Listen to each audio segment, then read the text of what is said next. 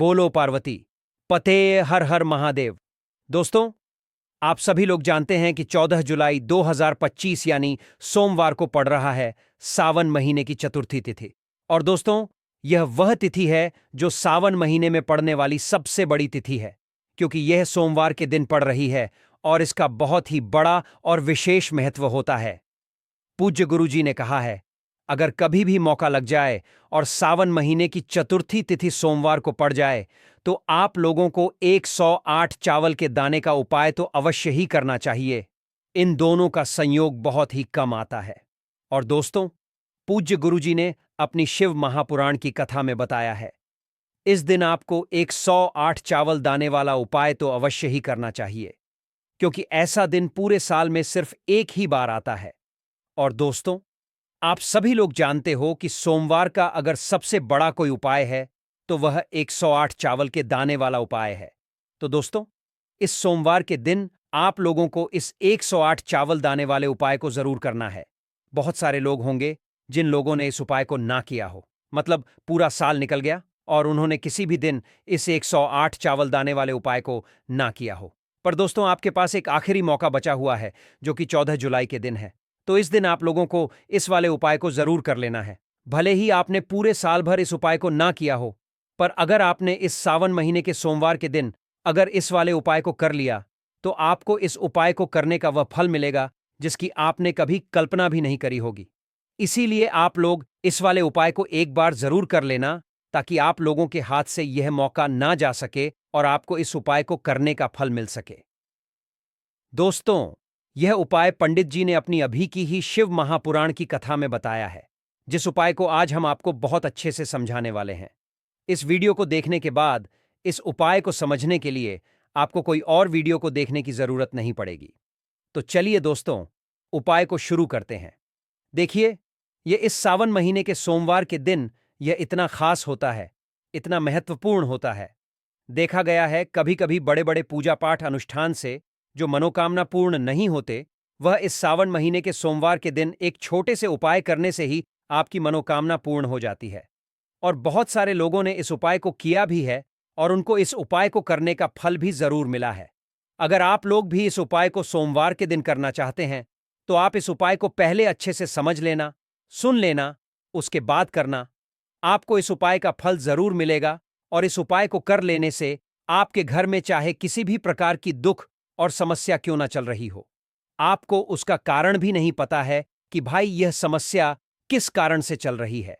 उसका कुछ भी कारण हो सकता है, जैसे पितृदोष हो सकता है या किसी भी तरह का मंगल दोष भी हो सकता है। तो इस दिन आप लोगों को यह वाला उपाय कर लेना है।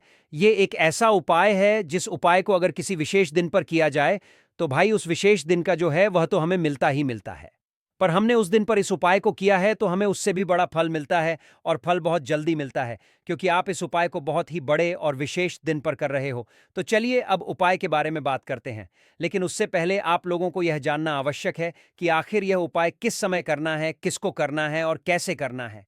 तो चलिए हम आगे आपको वीडियो में एक एक करके बता देते हैं। लेकिन उससे पहले अगर आप लोग हमारे चैनल पर नए हैं तो हमारे चैनल वास्तु पूजा को सब्सक्राइब कर लेना और इस वीडियो को लाइक करके कमेंट बॉक्स में श्री शिवाय नमस्तुभ्यम, ओम नमः शिवाय जरूर टाइप कर देना। और अपने फायदे के लिए, गरीबी दूर करने के लिए इस वीडियो को पूरा देखकर जाना, तभी आपको लाभ की प्राप्ति होगी। यदि आज आपने वीडियो को बीच बीच में इसे देखा, काट काट कर देखा, तो आपको जीवन में कभी सफलता हासिल भी नहीं होगी। तो दोस्तों, इस 108 चावल के दाने वाले उपाय को हमें इस सोमवार के दिन कैसे करना है, किसको करना है, किस समय करना है और कहां पर करना है, ये सारे सवालों के जवाब आपको इस वीडियो में मिल जाएंगे। और जो ये वीडियो देखेगा भाई, उसको 108 चावल के दाने वाला उपाय जरूर करना चाहिए, क्योंकि इस दिन एक चावल के दाने का भी बहुत ही बड़ा और विशेष महत्व होता है। और जब बात आ जाए 108 चावल के दाने की, तो यह सोने पर सुहागा वाली बात हो जाती है, और यह एक बहुत ही बड़ा उपाय हो जाता है इस सोमवार चतुर्थी तिथि का। तो अब दोस्तों, इस 108 चावल के दाने वाले उपाय को आखिर करना किसको है, सबसे पहले हम लोग वह बात जान लेते हैं। तो देखो, घर की जो बड़ी माताएं बहनें होती हैं, उन माताओं बहनों में से कोई भी एक बड़ी माता बहन इस वाले उपाय को कर सकती है। और दोस्तों, अगर आप चाहे तो अपने घर में से सभी सदस्यों को भी इस उपाय को करवा सकते हैं। अगर किसी व्यक्ति की खुद की कोई मनोकामना है, खुद की कोई दुख और परेशानी है जो कि वह अपने लिए ही करना चाहता है, इस वाले उपाय को तो वह खुद अपने लिए भी कर सकता है। बाकी अगर कोई घर में से ऐसा है जो कि अपने पूरे घर परिवार की सुख और शांति के लिए यह वाला उपाय करना चाहता है, तो भाई वह भी कर सकता है। उसमें भी कोई दिक्कत वाली बात नहीं है। कहने का मतलब यह है कि इस उपाय को हर एक सदस्य भी कर सकता है और पूरे घर परिवार के सदस्य के लिए घर की बड़ी माताओं बहनों में से कोई एक माता बहन भी कर सकती है। माताएं बहनें अगर घर में उपस्थित ना हो या वो यह वाला उपाय न कर पा रही हो, तो फिर घर का कोई बड़ा सदस्य भी इस 108 चावल के दाने वाले उपाय को कर सकता है, चाहे फिर वह पुरुष ही क्यों ना हो। उसमें कोई भी दिक्कत वाली बात नहीं है। अब दोस्तों, इस 108 चावल के दाने वाले उपाय को हमें करना कहां पर है? हमें इसे शिव जी के मंदिर में जाकर करना है। बहुत सारे लोग प्रश्न करते हैं हर एक उपाय को करते समय क्या हम इस उपाय को घर पर कर सकते हैं? तो इस वाले उपाय को आप घर पर नहीं कर सकते हो। इस वाले उपाय को करने के लिए आपको शिव जी के मंदिर ही जाना पड़ेगा। उसके बाद में दोस्तों, जो अगला प्रश्न निकल कर आता है वह यह आता है इस उपाय को लेकर कि आखिर इस उपाय को हमें किस समय करना है, सुबह के समय करना है कि शाम के समय करना है? तो देखो, इस वाले उपाय को आप लोग सुबह के समय भी कर सकते हो और शाम के समय प्रदोष काल में भी कर सकते हो। अब अगर आप पूछो कि भाई सबसे उत्तम समय कौन सा रहेगा इस 108 चावल के दाने वाले उपाय को करने का, तो हम आपसे बस यही कहेंगे कि इस उपाय को आप सुबह के समय करेंगे तो ज्यादा बेहतर होगा। बाकी अगर प्रदोष काल शाम के समय भी करेंगे तो भी अच्छा होगा, उसमें कोई भी दिक्कत वाली बात नहीं है। तो अब दोस्तों, जो अगली सबसे बड़ी और महत्वपूर्ण बात आती है वह यह आती है कि सुबह अगर हम उपाय को करेंगे तो हमें कितने बजे से लेकर कितने बजे तक के बीच में करना है, और शाम के समय प्रदोष काल में करेंगे तो हमें कितने बजे से लेकर कितने बजे के बीच में करना है। तो देखो, सुबह जितनी जल्दी हो सके आप उपाय को करने की कोशिश करना।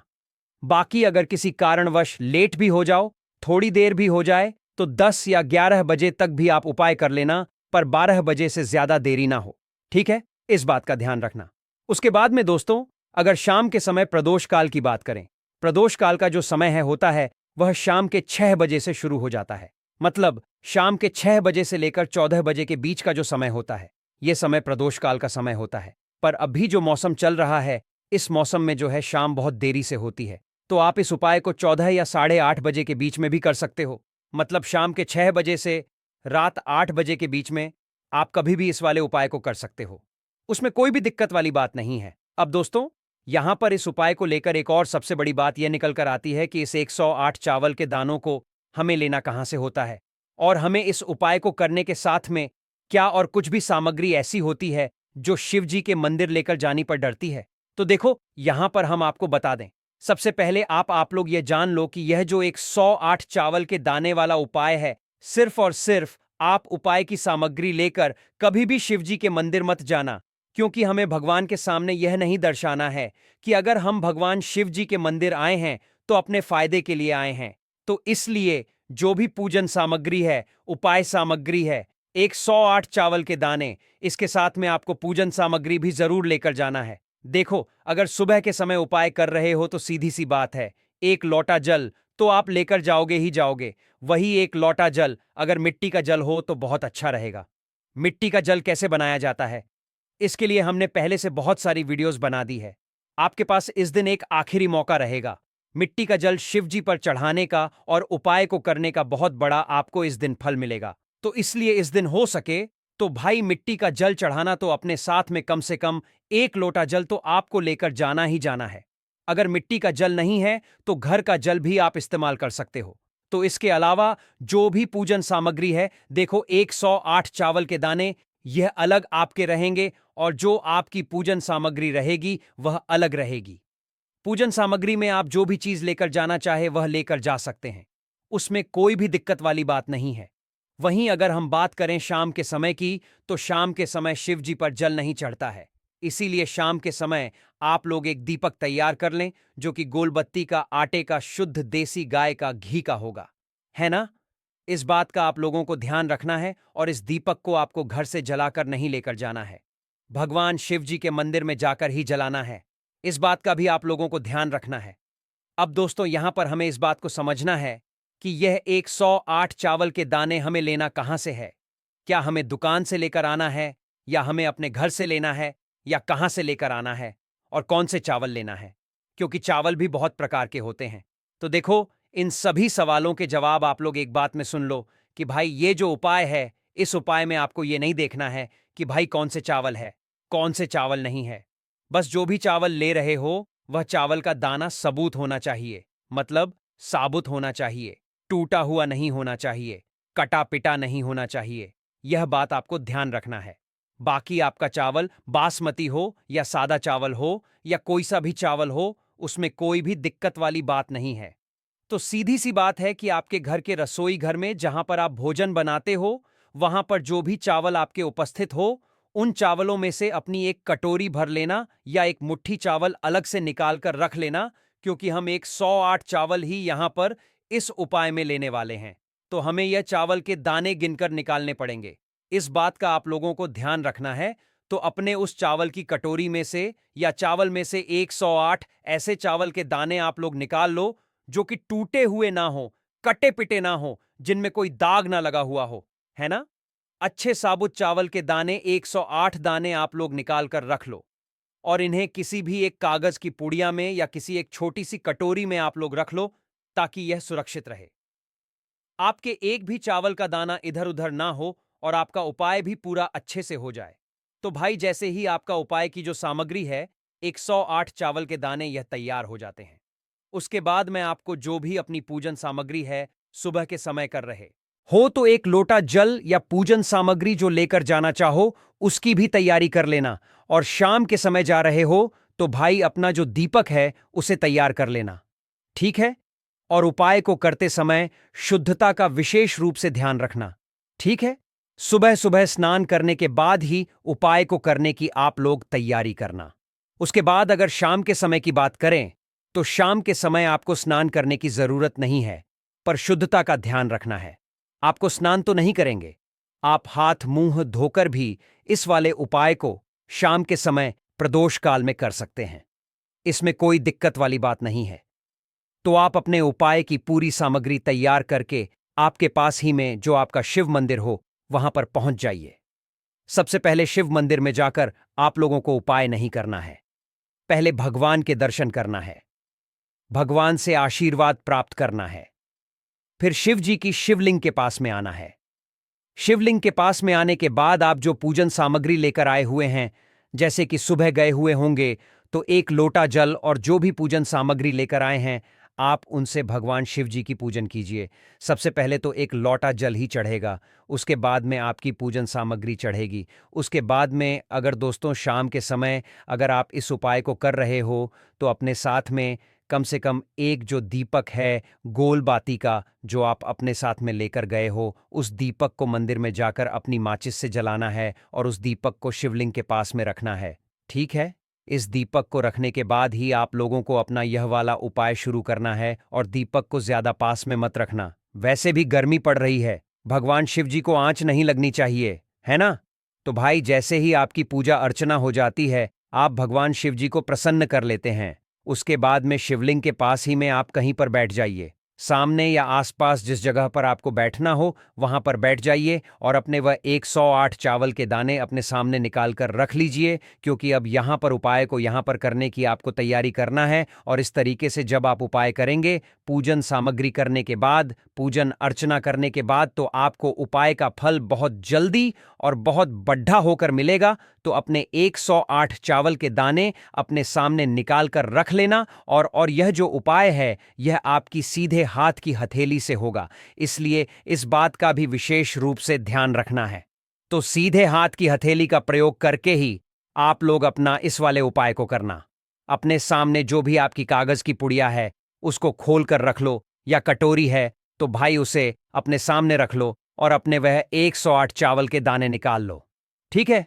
उसके बाद में दोस्तों, अब आपको क्या करना है कि शिवलिंग आपके सामने होगी, तो आपने वह 108 चावल के दाने एक एक करके आपको शिव जी के शिवलिंग के ऊपर चढ़ाना है। कहां पर चढ़ाना है? शिवलिंग के ऊपर चढ़ाना है, और कहीं पर भी नहीं चढ़ाना है। आपको अपने हथेली से तो शिवलिंग के ऊपर चढ़ाना है, भले ही फिर वह अपने आप जलाधारी पर गिर जाए, या मतलब वहीं पर गिर जाए, उसमें कोई दिक्कत वाली बात नहीं है, पर आप चढ़ाओ शिवलिंग के ऊपर ही। तो आपको क्या करना है, अपना पहला चावल का दाना उठाना है, श्री शिवाय नमस्तुभ्यम बोलना है और शिवलिंग पर चढ़ा देना है। इसी तरीके से दूसरा चावल का दाना उठा है, शिवलिंग पर चढ़ाना है और मंत्र बोल देना है। और फिर तीसरा चावल का दाना उठाना है, श्री शिवाय नमस्तुभ्यम बोलना है और चढ़ा देना है। इसी प्रकार से आपको पूरे 108 चावल के दाने एक एक करके शिव जी के शिवलिंग के ऊपर चढ़ाना है और भगवान से प्रार्थना करते जाना है। मतलब प्रार्थना तो आपको आखिरी में करना है, पर हर एक चावल के दाने को चढ़ाते समय श्री शिवाय नमस्तुभ्यम जरूर बोलना है। उसके बाद ही में यह चावल का दाना शिवलिंग के ऊपर आपको चढ़ाना है। जैसे ही आपके 108 चावल के दाने शिवलिंग के ऊपर चरच जाते हैं, तो भाई उसके बाद में आपको क्या करना है, भगवान से अपनी मनोकामना बोलना है। मनोकामना भी कब बोलना है, जब आपका 108 चावल का दाना आपके सीधे हाथ की हथेली में हो और आप उसे चढ़ाने के लिए जा रहे हो।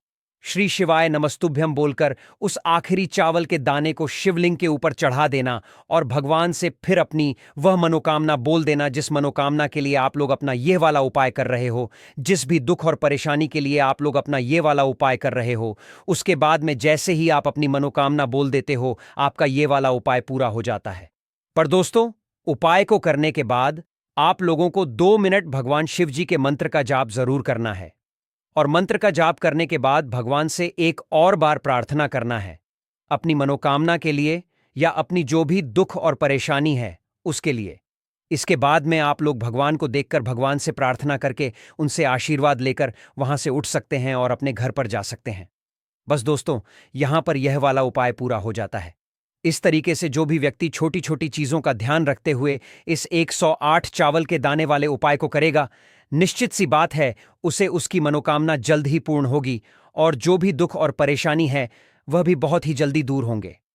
और दोस्तों, अगर आपको हमारी यह वीडियो पसंद आई हो तो हमारे इस वीडियो को लाइक और चैनल वास्तु पूजा को सब्सक्राइब जरूर करें। हर हर महादेव ओम नम को लेना है एक गोल बाती का दीपक। आप चाहे तो मिट्टी का ले सकते हैं या फिर घर से शुद्ध आटा मढ़कर उसका दीपक आप तैयार कर सकते हैं। इसके बाद आपको लेना है शुद्ध गाय का घी। अगर वह नहीं है तो कोई भी देसी घी इस्तेमाल कर सकते हैं, जिससे आपको दीपक प्रज्वलित करना है। देखो, अब यह सब सामग्री लेकर आपको जाना है। प्रदोष काल में आपके घर पर तुलसी जी के घेरे के पास में देखो, यह उपाय तो आपको अवश्य करना है। देखो, वहां पहुंचकर सबसे पहले वह दीपक आपको प्रज्वलित कर देना है और ओम नमो भगवते वासुदेवाय नमः का 11 बार जाप करना है। उसके बाद आपको अपने सीधे हाथ में थोड़ी हल्दी लेकर उस दीपक में अपना नाम और गोत्र बोलते हुए डाल देना है। उसके बाद माता लक्ष्मी से आपको प्रार्थना करना है कि हे महालक्ष्मी, हमारी सभी दुख तकलीफों को दूर करो। हे महादेव, हमारे सब दुख कष्टों को खत्म करो। इस भावना से आपको यह उपाय करना है। चलिए, अब बात कर लेते हैं दूसरे उपाय की। दोस्तों, आप सभी जानते हैं कि सोमवार का दिन समर्पित होता है भगवान महादेव को, यानी कि भगवान पार्वती को सोमवार का दिन समर्पित होता है। और जब भी हम शिवलिंग के ऊपर कोई भी उपाय करते हैं तो इससे हमें एक साथ भगवान महादेव की और पार्वती की कृपा प्राप्त हो जाती है। देखिए दोस्तों, गुरुदेव ने बताया है कि सोमवार के दिन किया जाने वाला यह सबसे खास और सर्वश्रेष्ठ उपाय है। 7 चने की दाल लेनी है। देखिए, आप 7 चने की दाल भी ले सकते हैं। नमस्कार दोस्तों, एक बार जोर से बोलो पार्वती पते। हर हर महादेव। तो आज हम आपको एक ऐसी दुर्बल जानकारी बताने वाले हैं। 11 जुलाई से 9 अगस्त तक पड़ने वाला सावन माह के दिनों में अगर आप यह उपाय कर लेते हैं तो आपकी गरीबी हमेशा के लिए खत्म हो जाएगी। अब तो आज हम आपको प्रगति द्वारा प्रदान किए गए कुछ ऐसे पौधे के बारे में बताने वाले हैं जिनको छूने मात्र से आपकी गरीबी हमेशा के लिए दूर हो जाएगी। और अगर आप इन पौधों की जड़ सावन माह के दिनों में हमारे नियम अनुसार बताए गए नियमों द्वारा घर में आते हो तो आपको करोड़पति बनने से दुनिया की कोई ताकत नहीं रोक सकती। 1 महीने के अंदर करोड़पति बन जाओगे। भक्तों में माता रानी की सौगंध खाता हूं। अगर आपने इस वीडियो को करके हर मनोकामना इच्छा पूरी होगी। पर भक्तों, आपसे एक छोटा सा अनुरोध है कि वीडियो को पूरा देखने पर ही लाभ की प्राप्ति होगी और इस तरह से हम आपको उपाय बताएंगे। उसी तरह से अगर आपने कर लिया तो करणी मंत्र से आपको लाभ ही लाभ होगा। सच्चे हृदय से जो कि भक्ति उपाय करता है उसे लाभ जरूर प्राप्त होता है। भक्तों, आपकी जानकारी के लिए बता दें, इस बार जो सावन माह है वह 11 जुलाई से 9 अगस्त में पड़ रहा है। यह सावन में बहुत ही शक्तिशाली होने वाला है। पहली बार ऐसा सावन मार्ग दौरान पड़ी है। यह सावन माह 172 वर्षों बाद आएगा। जब तक हमारा कुछ पता नहीं कि क्या होगा। अगर आप इस पौधे की जड़ को घर ले आते हो तो शिव जी की कृपा से आपको अप्रदान या सुखी प्राप्ति होगी। अब तो आज हम आपको जो जड़ी बूटी के बारे में बताने जा रहे हैं उसे अमृत बूटी पिक कहते हैं। यूं कि काहे की संजीवनी बूटी के समान है, इसीलिए इस जड़ी बूटी को मालूम क्यों समझने की भूल मत करना। भक्तों, सभी जानकारी हम आपको बड़ी बड़ी से बताएंगे, इसीलिए अभी इस वीडियो को लाइक कर दीजिए और कमेंट बॉक्स में लिखें जय शिव शंकर और लिखें जय मां लक्ष्मी, जय भगवान विष्णु, जिससे कि सभी देवी देवताओं की कृपा आप पर और आपके पूरे परिवार पर बनी रहे। बस तो चलिए आज जान लेते हैं। भक्तों, आप हमारी वीडियो में देख सकते हैं कि यह पौधा देखने में बहुत ही सतारा है, लेकिन इसके गुण और भी छात्र हैं। अगर यह आपके घरों में आप पास में है तो इसे साधारण पत्र समझ करके देखने की भूल मत करना। इसको जो आज हम चमत्कारी गुण बताएंगे, आयुर्वेदिक उपयोग किस प्रकार से, इसका कौन से हिस्से का प्रयोग होता है, अगर हां यह सारी जानकारी आप देख लेंगे तो बिल्कुल ही कल से अब इस पौधे की पूजा कर उठाना शुरू कर देंगे। और आपको बता दूं कि पूजा पाठ के ही आपको सारा फल प्राप्त हो जाएगा। खाने का मतलब है इसके जब आप चमत्कारी गुण समझेंगे तो आपकी आगे फटी की फटी रह जाएगी। बिल्कुल कि आपको भी दर्द हो जाएगा कि आप भारत भूमि में पैदा हुए हैं और इस प्रकार के पेड़ पौधे आज ही हमारे बीच में हैं जो कि हम हैं, कई प्रकार के चमत्कारी लाभ प्रदान करते हैं। देखिए, आप हमारी वीडियो में देख सकते हैं इस पौधे को कई जगह लटजीरा के नाम से जानते हैं, कई जगह ऐसे चिड़चिड़ा के नाम से भी जानते हैं, कई जगह के नाम से भी जानते हो सकता है। आप दूसरे राज्य में हो या फिर कहीं से आप हमारी वीडियो देख रहे हो या फिर दूसरे देश से देख रहे हो तो इसे अलग अलग प्रति में, अलग अलग जगह में, अलग अलग हिस्सों में अलग अलग नाम से जाना जाता है। लेकिन वीडियो में देखकर कि आप इसे समझ सकते हैं तो खासकर ये जो पौधा है इसे लटजीरा के नाम से भी बहुत से लोग जानते हैं। और ऐसे मार्ग क्यों बोला जाता है? क्योंकि यह उल्टा चलता है। इसके कि जो बीज होते हैं बिल्कुल ही उल्टे होते हैं। आप अन्य पौधों के बीज देखेंगे, फूल के बीज देखेंगे तो ऊपर की तरफ होते हैं, लेकिन यह निकले की तरफ होते हैं। इनका पर जो बीज होता है यह नीचे ले की तरफ होता है। यह उल्टा होता है, इसलिए इसे अप्पा मार्ग बोला जाता है। यह अप्पा मार्ग विद्या में बहुत इसका प्रयोग होता है। कभी इसके बारे में मैं जानकारी बताऊंगा तो क्या यह हमारे लिए कीमती है? क्यों यह आज साधारण है? तो आपको हम इस वीडियो में बताएंगे सर्वप्रथम। तो सभी दर्शकों को कहना चाहूंगा कि कमेंट बॉक्स में हर हर महादेव, जय भगवान विष्णु जरूर लिखना। अगर आप भारत भूमि से हैं तो जय हिंद बिल्कुल ही लिखना। इसका जो मैं आयुर्वेदिक प्रयोग बताऊंगा, शायद यह प्रयोग जानने के बाद कल से आप इसका प्रयोग करना शुरू कर देंगे। साथ ही साथ इसका मैं आप लोगों को वानस्पतिक प्रयोग के साथ साथ इसका जबरदस्त चमत्कारी एवं तांत्रिक प्रयोग भी बताऊंगा। तांत्रिक प्रयोग का मतलब है इसका आप जो जीवन में प्रयोग करके बहुत सारे अपने समस्याओं को दूर कर सकते हैं। तो सर्वप्रथम इसके बारे में मुझे ज्ञान का प्राप्त हुआ जब हम सावन के दिनों में कुंभ स्नान करने के लिए प्रयागराज गए थे।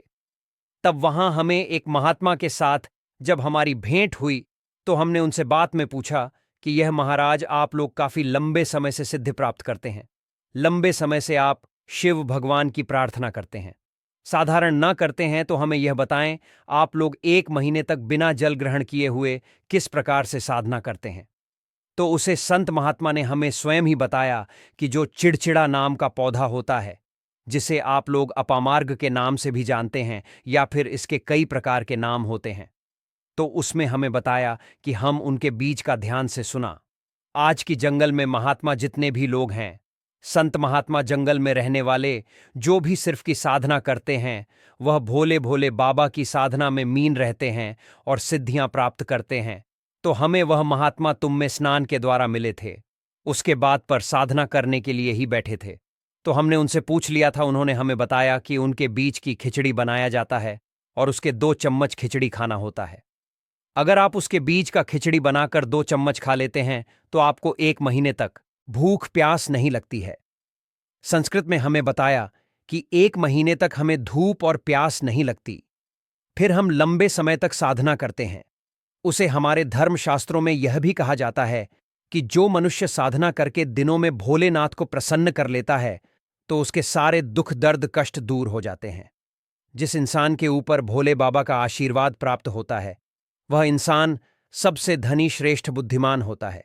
वैसे तो भोले बाबा थोड़ी सी पूजा पाठ से ही प्रसन्न हो जाते हैं, लेकिन कुछ ऐसे नियम है जिससे कि प्रयोग से उनकी पूजा करने से लाभ की प्राप्ति होती है। तो उन महात्मा ने हमें बताया कि इस पौधे के जड़ में मां गंगा का वास होता है। जी हां, बिल्कुल भी मां गंगा का वास होता है।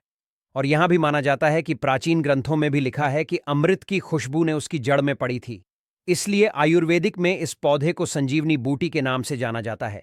इसलिए आज भी लोग जो धार्मिक ब्लॉक होते हैं, आपके यहां कोई लोग इसके दातुन करते हैं कि नहीं?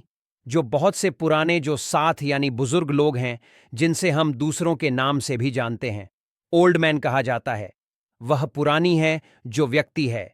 काफी पुराने तो उसे व्यक्ति इसकी जड़ से शासन करते हैं, क्योंकि कहते हैं क्योंकि उसे जड़ में गंगा मैया का वास होता है। अमृत की कुछ बूंदें गिरी थीं। यह सर्वप्रथम जानते हैं। इसका आयुर्वेदिक प्रयोग जानेंगे। इसका चमत्कारी प्रयोग, आयुर्वेदिक प्रयोग सर्वप्रथम बताएं।